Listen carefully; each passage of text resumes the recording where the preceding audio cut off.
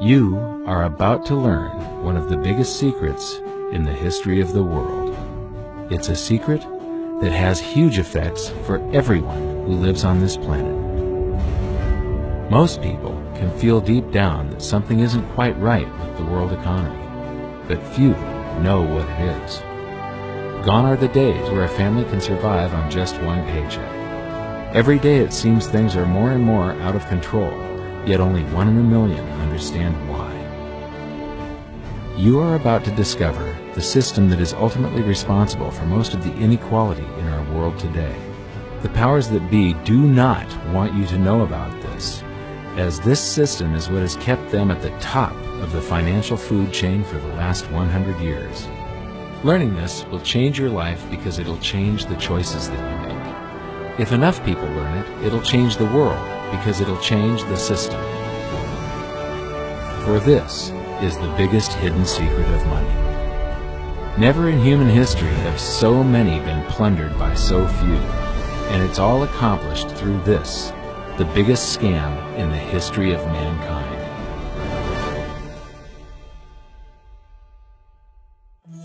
They say that money doesn't grow on trees, but the truth is that the modern banking system creates currency far faster than trees can grow. Most people don't have a clue how currency is created. Economists and bankers make it sound so complex that people think they can't understand it. But I'm going to strip our monetary system down to its essence so that you can see the scam behind the curtain and just how it affects you. Every modern society creates currency in pretty much the same way. But since the US dollar is the majority of the world's currency, I'm going to use the United States as our example. It all starts when some politician says, "Vote for me and I'll make sure the government provides you more free stuff than my opponent will." But there's no such thing as a free lunch. So to provide that supposedly free stuff, the politicians vote for the country to spend more than its income. This is called deficit spending. To pay for that deficit spending, the Treasury borrows currency by issuing a bond. So what's a bond? If you think about it, a bond is really nothing but a glorified IOU. It's a pretty piece of paper with numbers printed on it that says, "Loan me $1 trillion today, and I promise over a 10-year period I'm going to pay you back that $1 trillion plus interest." But what you need to understand is that Treasury bonds are our national debt. These glorified IOUs are to be paid back by you and I and our descendants through future taxation. Therefore, when the government issues a bond, it steals prosperity out of the future so that it can spend it today. The Treasury then holds a bond auction, and the world's largest banks show up and compete to buy part of our national debt and make a profit on it by earning interest. You'll notice that as we move through this process, the big banks are there, taking a cut every step of the way. This isn't by chance, as you'll see shortly. Then, through a shell game called open market operations, the banks get to sell some of those bonds to the Federal Reserve at a profit.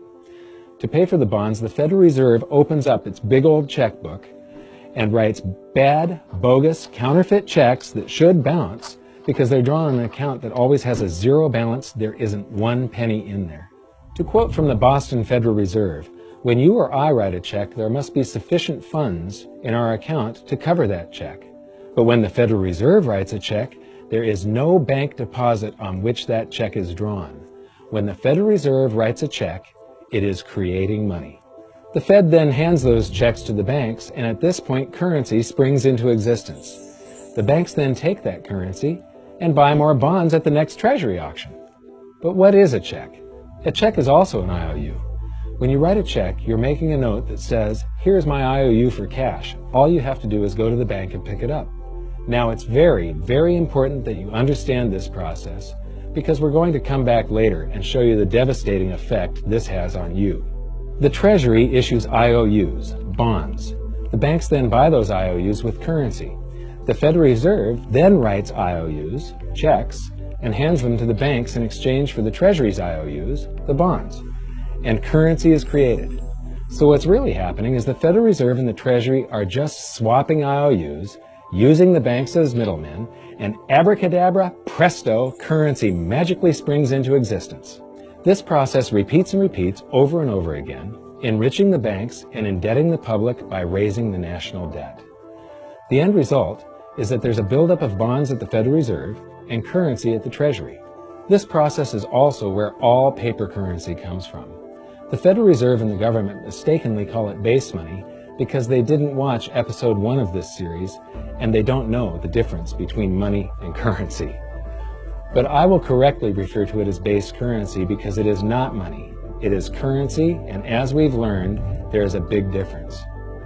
Money has to be a store of value and maintain its purchasing power over long periods of time. We learned in episode 1 that earlier in our history, our paper currency was just a plain check. It was a representation for real money of intrinsic value, the gold and silver that was held on deposit at the Treasury. You could walk into any bank and slap your currency, like say a $20 bill, on the counter and redeem it for real money, a $20 gold piece.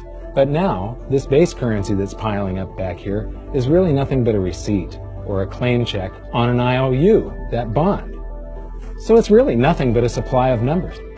The Treasury then deposits the newly created currency into the various branches of the government, and the politicians say, "Hey, thanks for that." And the government does some deficit spending on public works, social programs, and war. The government employees, contractors, and soldiers then deposit their pay in the banks. Now, this may come as a shock to you, but when you deposit your currency with the bank, you're not actually depositing it into an account to be safely held in trust for you. Instead, you're actually loaning the bank your currency, and within certain legal limits, they can do with it pretty much anything they please. This includes gambling in the stock market and loaning it out, at a profit, of course. Now this is where the machine of currency creation really gets cranking, because this is where something called fractional reserve lending comes into play. Fractional reserve lending is exactly what it says. The banks are allowed to reserve only a fraction of your deposit and loan the rest out. Although reserve ratios may vary, I'm going to use a 10% reserve ratio as our example. If you deposit $100 in your account, the bank can legally take $90 of it and loan it out without telling you. The bank must hold $10 of your deposit in reserve just in case you want some of it. These reserves are called vault cash. But why does your bank account still say you have $100 if the bank has stolen $90 of it? Because the bank left IOUs it created, called bank credit, in its place. Now I know this sounds crazy, but here it is in black and white from the Fed. Commercial banks create checkbook money when they grant a loan simply by adding new deposit dollars in accounts on their books in exchange for a borrower's IOU. These are nothing but numbers that the banks type into their computers. And even though these bank credit IOU numbers are very different from base currency numbers, because they only exist in computers, they are still currency. So now there is $190 in existence. Now the reason people take out loans from the banks is to buy something. They're going to buy a house or a car or something like that. So the borrower takes the $90 that the bank loaned to him from your account and he pays the seller of the item. But then the seller deposits that currency into his account and his bank loans out 90% of that and leaves bank credit numbers in its place. So now there's $271 in existence. This process repeats and repeats until under a 10% reserve ratio, an initial deposit of just $100 can create up to $1,000 of bank credit, all backed by $100 of vault cash, just 10%. But as I said, reserve ratios vary wildly. On some deposits, it's 10%, on others, it's 3%, and on some forms of deposits, reserve requirements are 0. The result is that the expansion of the currency supply by the banks is far greater than even this example would lead you to believe. So once again, when currency is deposited in the banks get to lend it out, and then it gets redeposited and relent, redeposited and relent, redeposited and relent over and over again, creating bank credit all the way. This is where the vast majority of our currency supply comes from.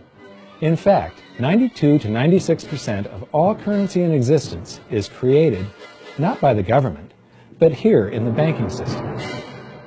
Now, massive amounts of currency spewing into society may at first sound like a fun idea. That is, until you remember one of the most important hidden secrets of money from episode 1. That the prices of everyday goods and services act as a sponge on an expanding currency supply. The more currency we have, the more prices rise. This is where inflation comes from. The true definition of inflation is an expansion of the currency supply. Rising prices are merely the symptom. So our entire currency supply is nothing but a couple of bucks whipped up in this hocus-pocus scam where the Treasury and the Federal Reserve swap glorified IOUs, and a bunch of numbers that the banks just type into their computers. That's it. That's our entire currency supply. It's nothing but a supply of numbers. Some of them printed, most of them typed, and there is nothing else. But if you thought that was crazy, get ready to enter the twilight zone of modern economics. We work for some of that currency supply. True wealth is your time, but we trade away moments of our lives, hour by hour, day by day, and year by year, for numbers that somebody printed on pieces of paper or just typed into a computer. Now those numbers represent our blood, sweat, tears, labor, ideas, and talent. We are what gives the currency its value. But here comes the really cruel joke. We work hard so that we can save some of that currency, so that we can pay the tax collector. In the United States, it's known as the IRS. They then turn it over to the Treasury so that the Treasury can pay the principal plus interest on that bond that the Federal Reserve bought with a check drawn on an account that has nothing in it. Now let's do a recap on this section, because this is where the system begins to rob you and I on a massive scale. Much of our taxes are not used for schools, roads, and public services, but to pay interest on bonds that the Federal Reserve bought with a check drawn on an account that has nothing in it. The Federal Reserve is committing fraud. But here's one of the biggest secrets of them all. Before the establishment of the Federal Reserve, there was no need for personal income tax. The Federal Reserve was created in 1913, and that very same year, the Constitution was amended to allow income tax. Do you really think this was just a coincidence? Ask yourself how much income tax you've paid over your lifetime. Much of it has been silently siphoned away into the hands of those who own the system. Yes, this system has owners. Who they are is an even bigger secret that we'll get to shortly. But first, we need to understand the mumbo-jumbo of the so-called debt ceiling. It's all based on a huge paradox. There was interest due on that bond, and there was interest due on every one of those loans that the banks made. That means that there is interest due on every dollar in existence. Let me ask you something. If you borrow the very first dollar into existence, and that's the only dollar that exists on the planet, but you promise to pay it back plus another dollar's worth of interest, where do you get the second dollar to pay the interest? The answer is that you have to borrow that one into existence and promise to pay it back with interest as well. So now there are $2 in existence, but you owe $4, and so on and so on. The result is there's never enough currency to pay the debt. There is always more debt in the system than there is currency in existence to pay the debt. Therefore, the whole system is impossible. It is finite. It will come to an end one day. What would happen if the government stopped borrowing to do deficit spending? Are the payments on those treasury bonds going to stop? What would happen if the public stopped borrowing and going deeper into debt? Are your house and car payments going to stop? No. There is a payment due every month on the principal plus the interest on every dollar in existence, and those payments do not stop. If we stop borrowing, then no new currency is created to replace the currency that we used to make those payments. Whether you're making a payment on a loan or paying tax to make a payment on a bond, the portion of the payment that goes to pay off the principal extinguishes that portion of the debt. But the debt also extinguishes the currency. Currency and debt are like matter and antimatter. When they meet, they annihilate each other. If we just pay off the principal only on all the loans and bonds that exist, the entire currency supply just vanishes. So if we don't go deeper into debt every year, look what happens. The whole thing goes into a deflationary collapse under the weight of those payments. Politicians and pundits alike talk about balancing the budget, paying down the debt, and living within our means. They don't understand that that is deflationary. It is impossible to do under our current monetary system without collapsing the whole economy. This is why any talk of a debt ceiling is not only ridiculous, It's delusional. The system is designed to require ever-increasing levels of debt just to continue. And that's why politicians will always kick the can down the road and raise this so-called debt ceiling over and over again until the whole system finally collapses under its own weight. In other words, they don't want it to collapse on their watch. The Founding Fathers of the United States knew the dangers of central banking and fought to free themselves from this very thing. The Revolutionary War started out as a tax revolt, but now we must pay tax just to have a monetary system. Having just suffered through the hyperinflation of the continental dollar, which was printed into oblivion to finance the Revolutionary War, they understood the dangers of fiat currency and debt-based monetary systems. So to protect future generations from institutional theft and out-of-control government, they wrote into the Constitution that only gold and silver can be money for the simple fact that you can't print them. Our current system is not only unconstitutional, but it robs us of the liberty and prosperity our forefathers fought and died for. We are all feeling the effects of ignoring the Constitution right now. By forcing more currency into circulation, our purchasing power is diluted.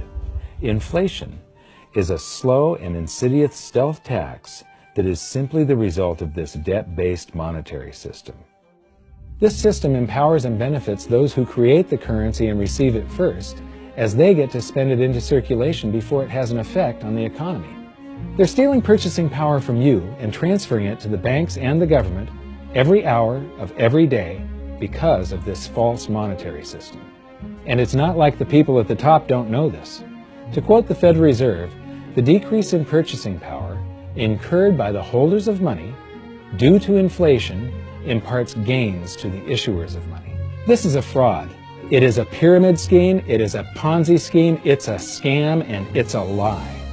Our entire monetary system is nothing but a form of legalized theft. But here's the biggest con job of them all. The Federal Reserve is not federal. It has stockholders. There is no federal agency that has stockholders. What's a stockholder? A share of stock represents a percentage of ownership in a corporation. So the stockholders are the owners of that corporation. Therefore, the Federal Reserve is a private corporation with owners. And you can see it for yourself if you go to the Federal Reserve's website, and it will say, the stockholders receive an annual dividend of 6%. Now, we know that the stock in the Federal Reserve was originally issued to the largest banks in the United States. But because of mergers and acquisitions through the years, you can't actually trace who owns the stock in the Federal Reserve. That's a very closely guarded secret. My guess would be that the owners are those primary dealers, the banks that get to make a profit by selling part of our national debt, those bonds, to the Federal Reserve, who buys them with a check from nothing. Then we pay tax to pay the principal and the interest on those bonds so that the Federal Reserve can pay the banks a 6% dividend.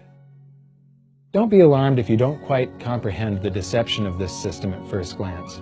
Very few people do. It is purposely complex. The economist John Maynard Keynes once wrote, "By this means, government may secretly and unobserved confiscate the wealth of the people, and not one man in a million will detect the theft." I believe that presented correctly, anyone can understand this system, regardless of how complex it is. So let's do a recap and break it down even more. The way the system works is that, step 1, the government creates glorified IOUs. These bonds increase our national debt and put the public on the hook to pay it back. Step 2, IOUs are swapped to create currency. The Treasury sells the bonds to the banks. The banks then turn around and sell our national debt at a profit to the Federal Reserve, which they probably own. The Federal Reserve then opens its checkbook that doesn't have a penny in it and buys those IOUs with IOUs that it writes, checks, on a checking account that has a zero balance. Then they give those checks to the banks and currency just springs into existence, and then the whole process repeats. This results in a buildup of bonds at the Federal Reserve and currency at the Treasury, which is really just a supply of numbers. The Treasury then deposits the numbers in the various branches of the government, and we get to step 3. The government spends the numbers on promises, public works, social programs, and war. Then the government employees, contractors, and soldiers deposit their pay into the banks. And we get to step 4, where the banks multiply the numbers by magically inventing more IOUs through fractional reserve lending, where they steal a portion of everyone's deposit and lend it out. That currency gets redeposited, and then a portion is stolen again. And the process repeats over and over, magnifying the currency supply exponentially. Then we work for some of those numbers, which brings us to step 5, where our numbers are taxed. We pay tax to the IRS, who then turns our numbers over to the Treasury, so the Treasury can pay the principal plus the interest on bonds that were purchased by the Federal Reserve with a check from nothing. Then we get to step 6, the debt ceiling delusion. The system is designed to require ever-increasing levels of debt and will eventually collapse under its own weight because politicians always kick the can down the road. They don't want it to collapse on their watch. And finally, step 7, the secret owners take their cut. The world's largest banks own the Federal Reserve. Those banks make a profit selling our national debt to the Fed. They make a profit when the Fed pays them interest on the reserves held at the Fed, and the Fed pays them a 6% dividend on their ownership of the Fed. This system is fundamentally evil. It funnels wealth from the working population to the government and the banking sector. It is the cause of the artificial booms and busts of modern economies, and it causes great disparity of wealth between the rich and the working class. And it is only possible because we no longer use real money, we use currency. But worst of all, it is a form of enslavement. Bond is the root word of bondage. Whenever a government issues a bond, it is a promise to make us pay tax in the future. Nobody asked you if you wanted to pay tax today for the prosperity we all enjoyed in the last century. Nobody is asking our children if they want to work hard in the future to pay for the prosperity we're enjoying now. George Washington once wrote to James Madison, "No generation has the right to contract debts greater than can be paid off during the course of its own existence." By stealing prosperity from tomorrow so we can spend it today, we enslave ourselves and future generations. Now this all sounds pretty bad, but there is great hope, for you are the greatest threat to this false monetary system. This system relies on the public being ignorant of its workings. Please share this knowledge with everyone you know, because an informed public that fully understands the system can build a better future for generations to come. And now I leave you with this quote, widely attributed to a former director of the Bank of England. The modern banking system manufactures money out of nothing. The process is perhaps the most astounding piece of sleight of hand that was ever invented. Banking was conceived in inequity and born in sin. Bankers own the earth. Take it away from them, but leave them the power to create money and control credit, and with the flick of a pen, they will create enough money to buy it back again. But if you want to continue as the slaves of bankers and pay the cost of your own slavery, let them continue to create money and to control credit. This is the Federal Reserve in Washington, D.C. It's located on Constitution Street, and that is just as much of a joke as the New York Fed being located on Liberty Street. Both of them are unconstitutional, both of them limit our liberty, and they transfer wealth away from us every second of every day to the Federal Reserve, to the government, and to the banking sector. You are now among the 1 in a million who can detect the theft of your prosperity. So the big question is, what can you do about it? 1. Watch this video until you can describe and teach it to others. Those who understand this system can make preparations for its unavoidable collapse and protect themselves. History shows that those who don't will probably be wiped out. 2. Share this video with everyone, especially those you care about. All it takes is a mouse click or two to get this message in front of millions. Post this video on Facebook, tweet it, email it to loved ones. Please share it wherever you can. 3. Join the conversation.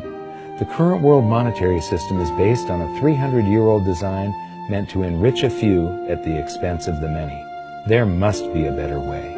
At hiddensecretsofmoney.com, we've created an open-source platform for the design and development of a new world monetary system. We're calling on every economist, every student, every college, every bright mind, and anyone who cares to join the discussion.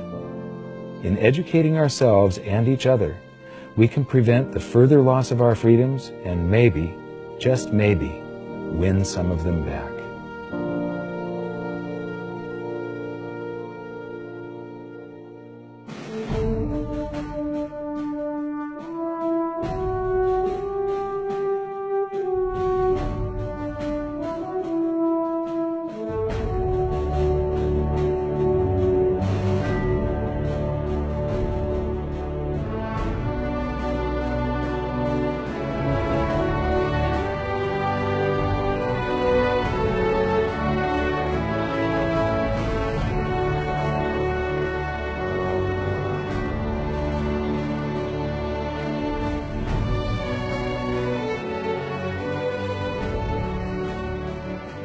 I think your episode 4 is very beneficial, very helpful. It's going to introduce these ideas to a lot of people, and like I've just been talking about, we have to change people's mind, and the more they understand it, the better. And I think we're at this point now where more people in the last several years, 4 or 5 years, have thought about the Fed than they ever have in the previous 95 years. So I think an explanation and diagrams to show it is very helpful, because quite frankly, they're not going to get it in their grade school. They're not going to get it in their high schools. They're not going to get it in college unless they're in a very rare circumstance to understand how this works. You know, for years before I got involved in really studying gold and some of the things I write and talk about today, I was a monetary economist for decades. You know, in your video, you talk about the primary dealers. I was chief counsel and chief credit officer, one of the largest primary dealers for 10 years. So I had an inside seat on the Treasury market and have the privilege of working with several former vice chairmen of the Board of Governors, Manley Johnson and David Mullins, going back to the 80s and 90s. So I'm very immersed in what you were talking about. And I thought it was extremely accurate, extremely clear. I didn't think you were stretching on any points. It was really like something out of a PhD course, except that it was very easy to understand. I think it's accessible. I think we're seeing a little bit of a revolution in communications in the following sense. You know, as you point out, the Fed was created in 1913. Well, in 1913, there was no web, there was no YouTube, no Twitter. There was really no one to kind of stand up and oppose the Fed or call them out, if you will, or really get into a discussion that everyday Americans could follow. That's not true now with social media and everything else. You can reach out to millions and tens of millions of people and tell them what's going on. I think you've done that. You've done it successfully. I applaud it. I think this is a great video. I look forward to seeing it again. I know millions of people will enjoy it.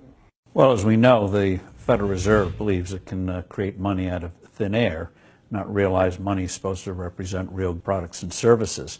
And what people don't realize is when the Fed does that, in effect, as Keynes pointed out, it's a form of taxation. It's a form of confiscation. And because people don't see it, the politicos get away with it, but it also undermines social trust. It just is corrosive throughout society. We're going to have a lot of turmoil in the coming years, but it's going to be the kind of turmoil that leads to positive things. So don't despair. Get out there and fight, because the tide is going to turn. This is going to be the status last stand. Thank you. This episode of Mike Maloney's Hidden Secrets of Money was brought to you by GoldSilver.com and the new Silver Pegasus Round. To learn how to protect your family and turn the coming economic storms into opportunity, visit GoldSilver.com.